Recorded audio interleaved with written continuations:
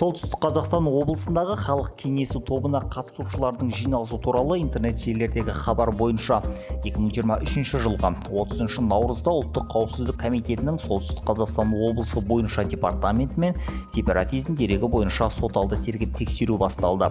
30 наурызда облыс прокуратурасының нұсқауы бойынша ұлттық қауіпсіздік комитеті департаментінің, полиция департаментінің, экономикалық тергеу департаментінің, облыстың сыбайлас жемқорлыққа қарсы қызметі қызметкерлерінен ведомствоаралық жедел тергеу тобы құрылды. Процестік прокурорлар тағайындалды.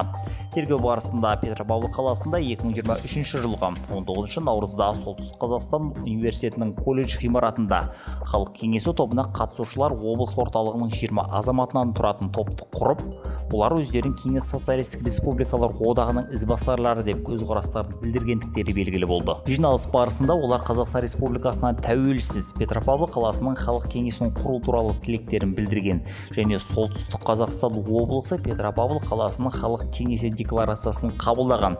Онда олар Қазақстанның мемлекет құру заңдылығын және легитимдігін мойындамаған, оның конституциялық құрылысын бұзуға қол сұға отыра, оның тәуелсіздігін, жерінің тұтастығын жоққа шығарып отыр. Соталды тергеп-тексеру барысында іс үшін мәні бар көптеген тергеу шаралары жүргізілді.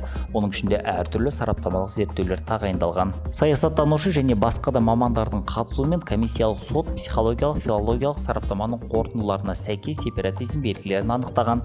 Қылмыстық істің жиналған материалдары негізінде қылықтық кеңестің 3 мүшесінің әрекеттері Қазақстан Республикасы қылмыстық кодексінің 180 бабы 2 бөлігі бойынша Қазақстан Республикасының біртұтастығы мен тұтастығын ыдыратуды насихаттау немесе оған жария түрде бұқаралық ақпарат құралдарын және телебайланыс желілерін шақырумен материалдарды тарату және қылмыстық кодекстің 179 бабы бойынша мемлекеттің қауіпсіздігін ыдыратуды үгіттеу бойынша сарапталған. Бұл тұлғалар Қазақстан Республикасы қылмыстық процестік кодекстің 128 бабы тәртібінде ұсталды және уақытша ұстау изоляторына қамалды.